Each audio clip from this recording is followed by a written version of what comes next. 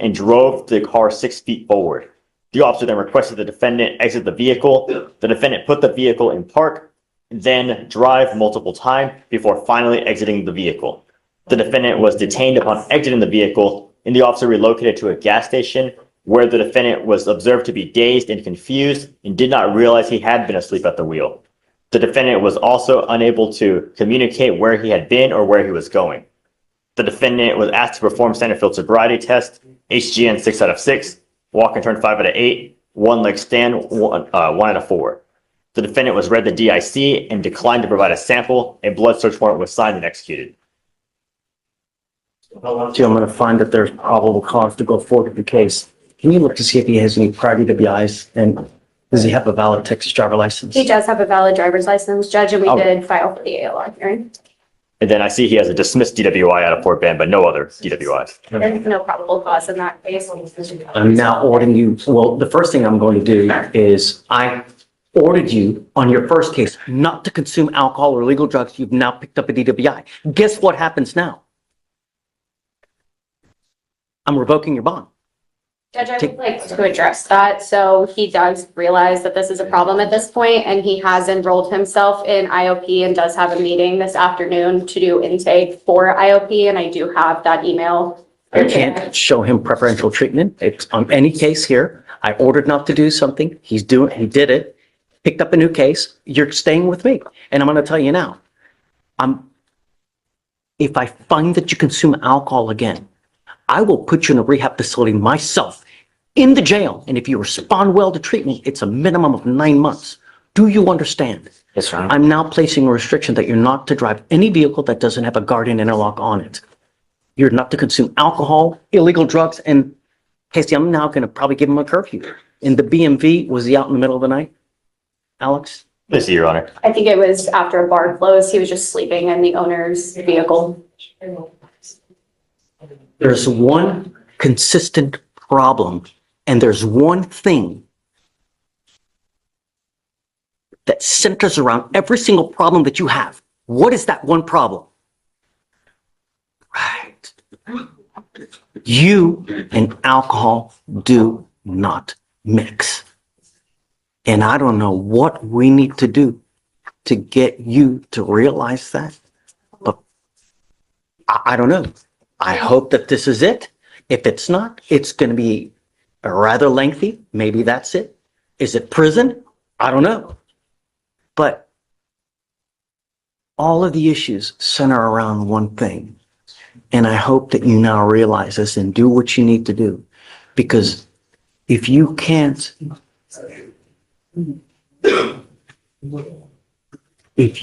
take care of it yourself, I will do it for you. And I promise you're not going to like the way that I do it. Do you understand? Yes, sir. Okay. It goes with you.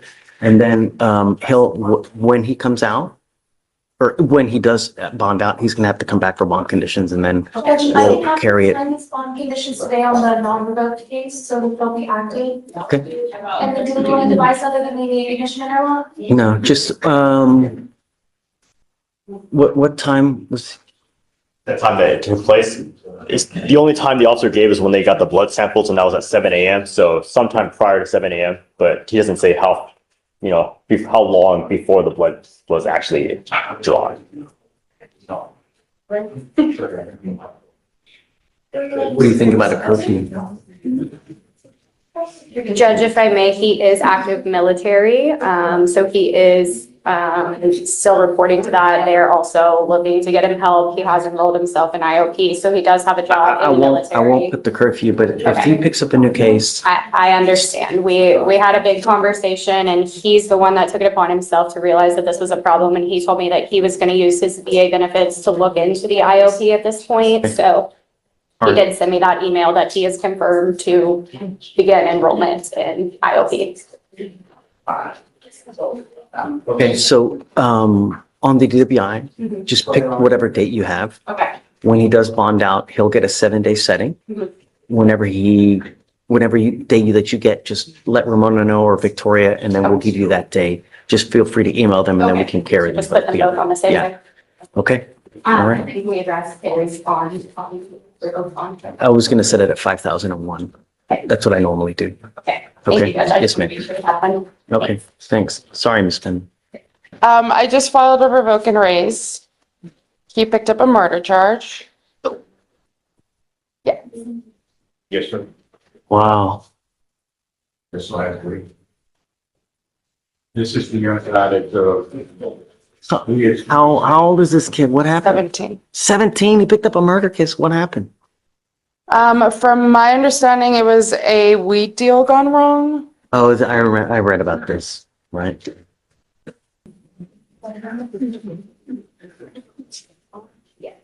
Really?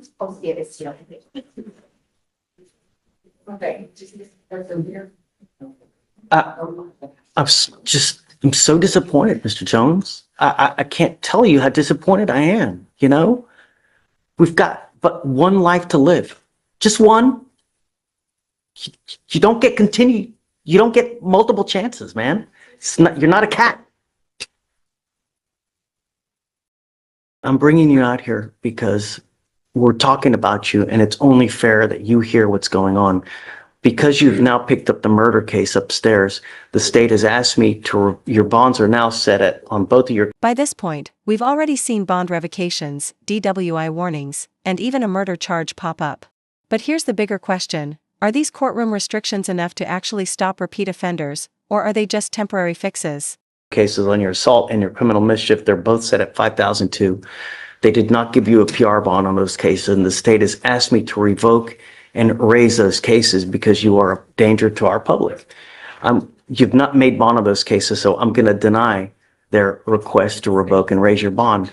But I'm going to tell you now that I don't know if you're going to get out because your bond is set at $250,000 upstairs. But if you do, I don't want you to go anywhere. I want you absolute home confinement, 24 hours a day, 7 days a week. Do you understand? And you will have a GPS monitor, no drugs, no alcohol, no weapons, anything else? No, Judge. Not from the scene. And I guess just keep me in the loop what happens upstairs, you know, if they do anything with the bonds, just keep me in the loop so we can kind of stay close. The other thing is that thing's going to take a while to play out. And I mean, I'm not going to hold it for 2 years for it to play out upstairs. So let's try to find some kind of resolution so we can, you know, they can worry about it upstairs and then we can just, okay? yes, sir. I'll obviously give you a sufficient time. Is discovery complete? Because these cases are from November. They're old. We're still waiting on body cam, dash. I mean, that's not good. I mean, wait a second. November. It's Were they, I guess they may have been 2Bs though. Let me see if that's right. Because if there were 2Bs, then Actually, Judge, it looks like we have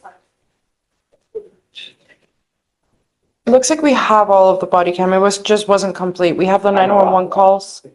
oh, so you've got, is discovery's complete? It looks Okay. like it, yes, Judge. Have you given offers on both of the cases? I have not, Judge, but I'll take a look on his, There was an offer, but it's been rejected. there was- Canceled out that option, that offer. we had offered a 13-month deferred. I revoked it, obviously, with the new law violation. Sure. So I'm probably just gonna check his credit and put a jail time offer. Okay, so I'll give you some time, take a look, speak with Mr. Jones, what he wants to do. The cases are kind of old, so when we come back in the next time, you must accept the offer from the state. Otherwise, I'm going to set your cases for trial here. You understand? Okay, man. But Judge, in all honesty, I can let him know right now, considering that he has a murder case, I would be reluctant to plead him guilty to an assault case because that could be used in punishment. He's in enough trouble. We may as well set it for trial if there's not going to be a dismissal on this case. I'll speak to the felony. I mean, Sure. the murder was just filed a couple of days ago, so I'll speak to the felony, see what the CW wants on the assault. So let's set it a week And look out. at it. Talk to felony, Yes, see Judge. what they want. In a week, we can set it. Yes, sir. Yeah? Okay. All right. Good luck, guys. Does he have any prior DWIs, Alex? Do you know if he has any prior DWIs? Okay. No, Judge. I'll run his full NCIC if you'd like. Please, Yes, you Judge. need to understand that DWIs are big business in Texas, you know?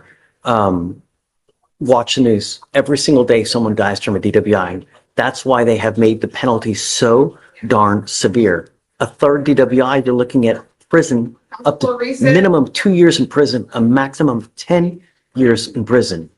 What you're doing is you're pleading guilty to this offense. The DWI is going to go on your record. It will be there for the rest of your life. And what you need to understand is that whenever you get pulled over now in the future, first thing an officer does is they're going to look at your record. If they see that you have a prior DWI, a prior PCS, and they come up to you and they smell alcohol, they smell any kind of funky smell, what do you think they're going to do? Take me out of the car. No, not just take you out of the car. Take me to jail. Probably so. From now on, you're facing a minimum of 30 days in jail for any new cases that you pick up. No more proverbial slaps on the wrist. Do you understand? Yes, sir. If I were you, even if you have had a sip of alcohol, I wouldn't get into a car. It's a humongous risk that you're taking. You understand? What you have worked out is 180 days in jail to be probated for 1 year. As part of the conditions for you to complete this probation successfully, you must do a DWI education class, 2 victim impact panels. You must also do what's called a TRAS. This is an evaluation to see what conditions you may need.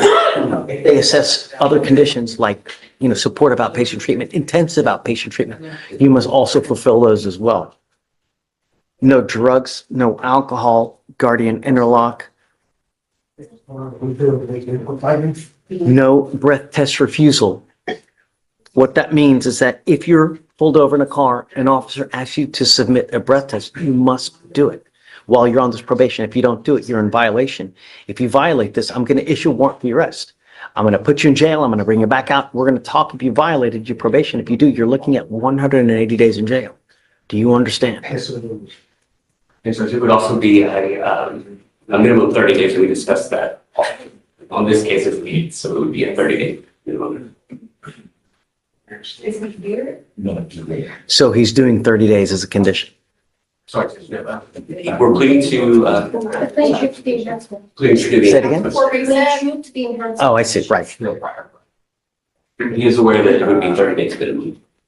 Right. So if you are revoked, it's a minimum of 30 days in jail. That's what they're trying to allude to. Do you understand? Yes, sir. I don't see the enhancement on here, so let me see. Is it true or untrue that you had a Class A misdemeanor theft in 2018? It's true. It's true, the enhancement. All right. You were giving up the right to a trial, right to compel witnesses to testify on your behalf, confront and cross-examine your accusers. If you are not a citizen, there are immigration consequences. You can be deported, excluded from the country, denied naturalization. You give up the right to appeal. Once you accept this, you are stuck with this until you complete it successfully or you get revoked. You understand? Sir. You still want to do this? Yes, sir. How do you plead to the... Notice how the judge keeps emphasizing consequences, probation terms, classes, huge fines. It feels like he's trying to scare defendants straight. Do you think fear is the best motivator here, or would treatment work better long term? Officer driving while intoxicated. I will find you guilty. I'm going to send it to you to the agreement. Does this also take care of the case upstairs? Which would be dismissed in the case upstairs. They're going to dismiss the felony case upstairs. This is a great deal for you because anytime you can avoid a felony, you're winning. But you have to understand that there's only so many times, that they're going to do this where they're going to dump one in exchange for the other, especially a felony offense. It doesn't happen over and over. Understand. You understand? Yes, sir. All right. Now, I want you to understand one more thing that, as I said earlier, DWI is big business. There is a $3,000 surcharge that we normally apply to cases like this. This is your first offense. I will waive your fee now. But if you pick up another DWI, it is a $6,000 surcharge. And if you don't pay it, every $100 you owe, you sit 1 day in jail. So you can imagine how much time you'd be doing if you pick up another DWI. You understand? Yes, sir. We all make mistakes. But the idea is that you don't continue to endanger other lives by making these stupid mistakes. Get a clue.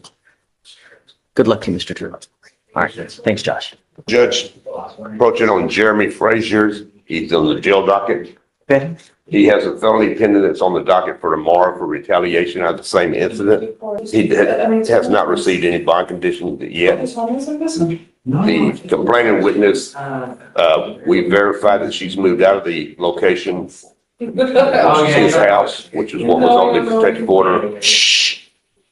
The protective order, I think they're modifying to delete the address restriction Okay. and whatever bond conditions. He's not made bond yet. Yeah, he's not made bond yet though, right? No, his family's made bond. They posted the bond.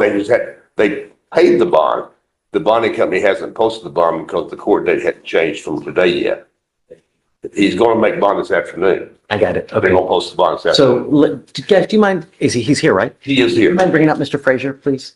So tell me who's the complaining witness in our assault case, if you don't mind, The please. complaining witness is his girlfriend, Judge. Okay.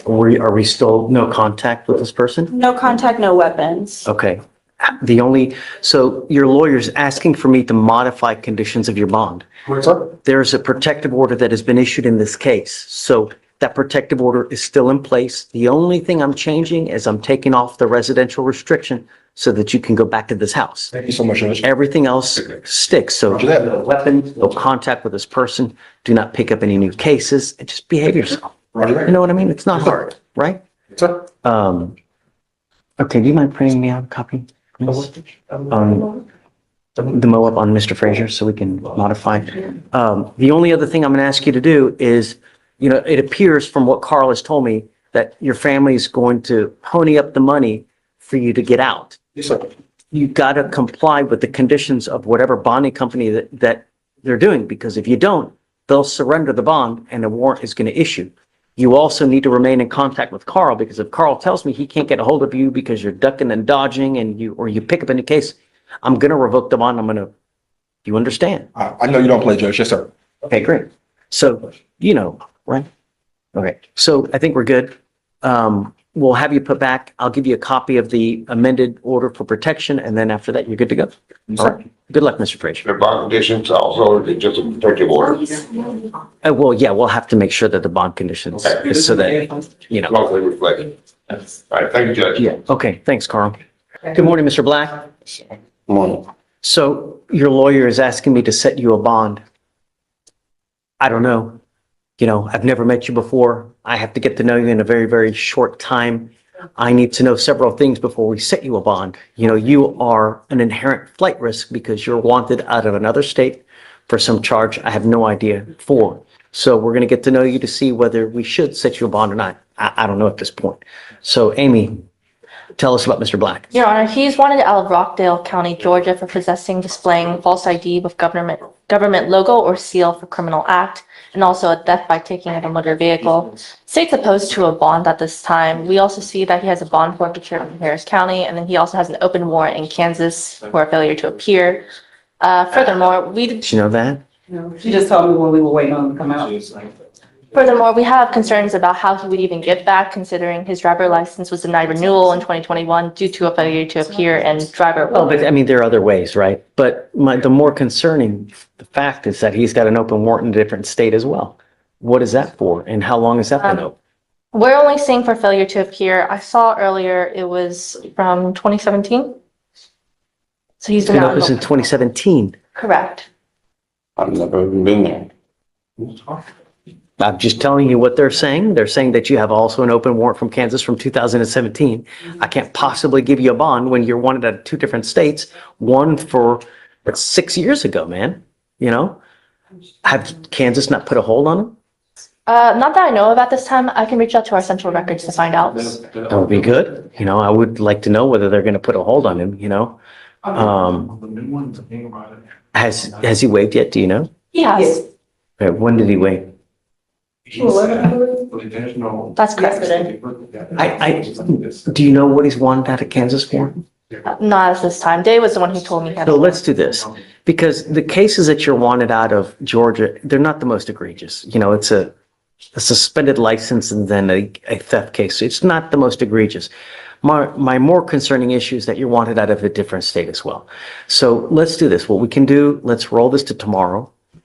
Can you, Amy, in the interim, if you can figure out, number one, is Kansas going to put a hold on him? Number two, what is What's he wanted for?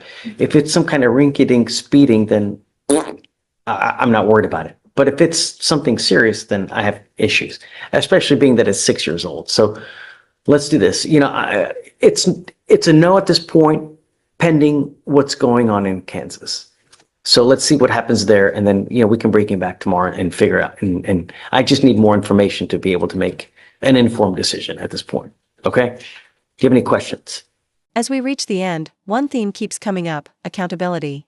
The courtroom isn't just about punishment, it's about forcing people to face their choices. So let me ask you, do tough judges create real change, or just harsher headlines? Pretty much. I know somebody has been using my identity for the past couple of years because I was in Georgia, but. And it's probably a good idea for you to do something about it and not just, I reported my identity stolen and I put out a theft report for it. I don't know what to tell you, but before I set you a bond, and you got to understand, I can't just take your word for it, right? Right. I have a lot of people that try to sell me the sun, moon, stars, tell me it's little bunnies jumping in the woods, to what their cases are all about, when really. So let's figure out more information. We can bring you back tomorrow and see. Okay? Thank you. Okay, thanks, Shabbat.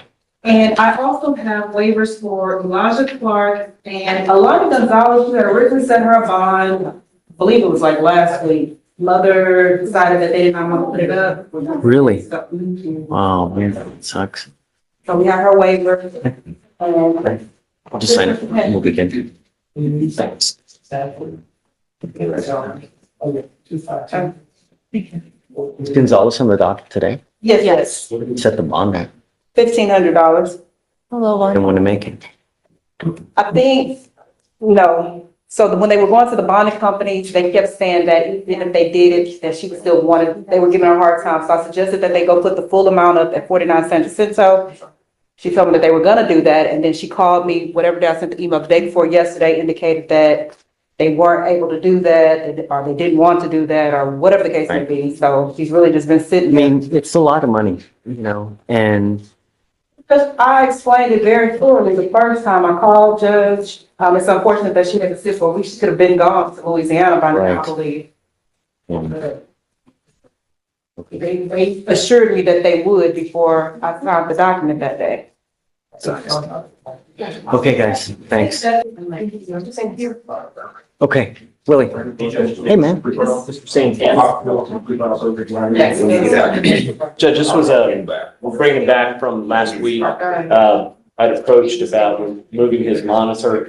Do you agree to remove it, but you want to bring him in to admonish him so that there's still no contact with the. Come on up, Mr. Santana. So he's a truck driver, if I remember correctly, right? You got it. That's the one that you. The unlawful restraint is it an is it an ex-wife? Is that No, her? they're going through a divorce. They've had no contact since the inception of this matter. Whether the divorce goes through remains to be seen, but as of right now, they're separated for sure. Or you think that there's, so I don't think. I need you to understand, Miss Santana, come on up. I need you to understand that, so Willie says that you guys are going through divorce. It may not happen. I hope that you're not having contact with this person, because I've ordered you not to have contact with this person. There's been no contact. Don't. If I find that you're having contact, and I don't care whatever mean it is, I'm gonna throw your butt in jail. Do you understand? It looks like to me like you're having contact with her.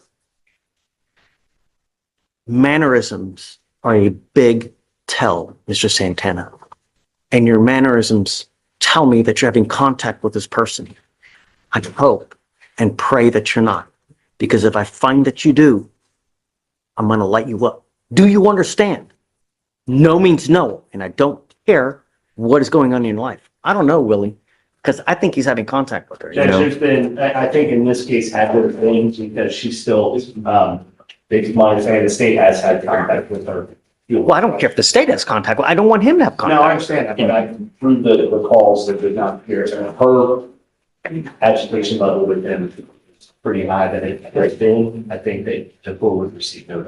Your Honor, if I may, when speaking with the complainant, she advised that she'd be comfortable with an intermediary. She does not want contact, but she'd be comfortable with an intermediary for the purpose of their children, but that's the extent that she's willing to. Last time you talked to her.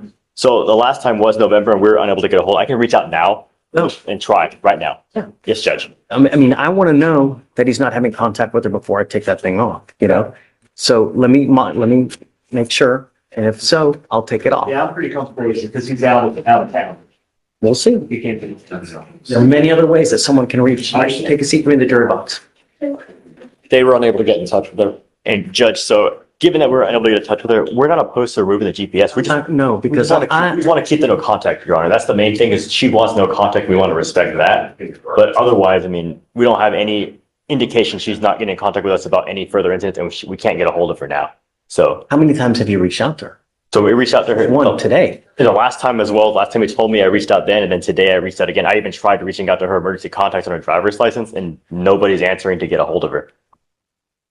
Yeah, I firmly believe that had there been an issue, she would have been in touch with the state. That would have been, he's a trucker, he's moved out, he's living in his truck. I brought him off the route. But I mean, all I'm doing is taking off the device, right? But so you're saying he's sleeping in his car. I mean, what?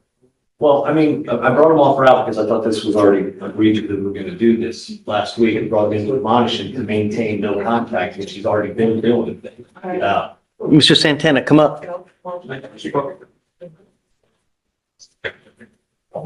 Do you have an offer in this case, Willie? Offer. Can you put an offer in this case? We're going to be able to look at it, Your Honor. Okay. I will reluctantly take it off, but I want you to understand that you're not to have contact with this person. If I find that you do, I will issue a warrant for arrest. I'm going to put you in jail. Do you understand? No means no. I don't care what's going on. I don't care who. If you want to have any kind of contact with her, you must use an intermediary, someone else to use to contact her. And they have one.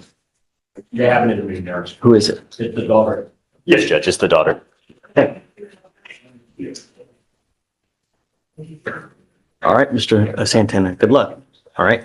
Okay. All right, Willie. Thank you, Judge. You got it, man.